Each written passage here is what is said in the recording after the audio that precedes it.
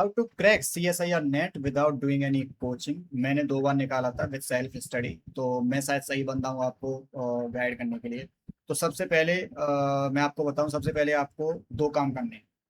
पहले past years paper देखिए, and जितने भी हो सके, जो भी आप लास्ट 10 ईयर्स तक देखते हैं सब लोग, वो देखिए किस तरह के क्वेश्चंस आते हैं, किस टॉपिक से, किस टाइप के, किस लेवल के क्वेश्चंस आते हैं, वो आपको देखना पड़ेगा। ठीक है। तो और दूसरा, आपको पैटर्न पता होना चाहिए इसका। तो मैं बता देता हूँ, पहले तो मैं आपको सिलेबस दिखाता हूँ। तो सिलेबस में जो आपका सिलेबस है वो 2 पार्ट्स में डिवाइडेड है। एक तो होता है कोर पार्ट। कोर पार्ट में क्या होता है कि आपके जो क्वेश्चंस बनते हैं उस टॉपिक और टॉपिक्स पर, वो 3.5 मार्क्स के बनते हैं। तो ऐसा नहीं हो कि आप सारी एनर्जी इन्हीं टॉपिक्स में निकाल दो और जो टॉपिक्स आपको करने चाहिए थे वो आप सही से ना कर पाओ। तो जैसे मान लो मैथमेटिकल फिजिक्स है, तो इसमें जो कोर पार्ट के ये वाले टॉपिक्स में कोर पार्ट होता है जो 3.5 मार्क्स के आते हैं। वहीं एडवांस पार्ट में ये आते हैं, मतलब green function, partial differential equations and all. तो ऐसा ना हो कि आप सारी एनर्जी यही निकाल दो और जो भी अब ग्रीन फंक्शन आए और ये पार्शियल डिफरेंशियल इक्वेशंस आए तब आप बोलो यार मन नहीं कर रहा है, मजा नहीं आ रहा है। तो ऐसा ना हो। जब भी आपके पास सिलेबस ध्यान में होना चाहिए, जब भी आप कोई भी चीज पढ़ो पहले देखो कि वो कौन सा टॉपिक किस पार्ट में आ रहा है। तो मान लो जैसे आप ग्रीन फंक्शन पढ़ रहे हो, तो वो एडवांस पार्ट में, तो आपके दिमाग में आना चाहिए कि इस पर जो क्वेश्चन बनेंगे वो 5 मार्क्स के बनेंगे, तो मुझे इस पर सही से फोकस करना चाहिए, सही से ध्यान देना चाहिए, ताकि मैं फ्यूचर में आई मीन जो एग्जाम आएगा उसमें 5 मार्क्स ले पाऊँ। ठीक है। ऐसी पार्शियल डिफरेंशियल इक्वेशन, तो वहां पर आपका फोकस बढ़ जाना चाहिए। ठीक है।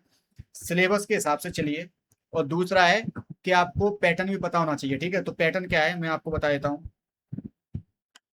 तो अभी क्या है कि मतलब बहुत टाइम से यही है कि ये पार्ट जो आपका जो CSI या नेट का जो एग्जाम पेपर होता है, वो आपका 3 पार्ट्स में डिवाइडेड होता है, part A, B and C। तो पार्ट ए में क्या क्या होता है कि 20 क्वेश्चन होते हैं, उनमें से आपको 15 क्वेश्चन करने होते हैं। और एक क्वेश्चन 2 मार्क्स का होता है, तो 15 दूनी 30, 30 मार्क्स इसमें से आते हैं पार्ट ए में से। पार्ट बी में आपको 25 क्वेश्चन में से 20 क्वेश्चन करने होते हैं। तो देखो कितना मतलब इजी लगता है ना, इजी है। और इसमें से आप 3.5 मार्क्स का होता है, तो ये 70 मार्क्स यहाँ से आ जाते हैं।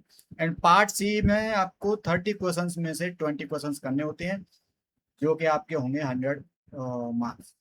ठीक है। और एक क्वेश्चन 5 मार्क्स का होता है, तो ये 100 मार्क्स यहाँ से आते हैं। और आपको कट ऑफ बता दें तो वो कट ऑफ होती है 55 के राउंड, मतलब 50 to 55% के राउंड होती है। मतलब आपको आधा पेपर सॉल्व करना होता है बस, और आप इजिली कट ऑफ क्लियर कर सकते हो। ठीक है। तो जब भी आप पार्ट सी वाला एडवांस्ड टॉपिक्स पढ़े, तो वहां पर ध्यान देना कि आपको फोकस आपका अच्छे से होना चाहिए, ताकि आप उनको समझ पाओ और अप्लाई कर पाओ फ्यूचर में। बस यही है। और अगर आपको क्योंकि मैंने सेल्फ स्टडी से किया, तो मैंने कुछ नोट्स फॉलो किए थे। अगर आपको वो नोट्स चाहिए तो आप यू कैन टाइप, लिंक लिख दो या नोट्स लिख दो, तो मैं आपको भेज दूंगा।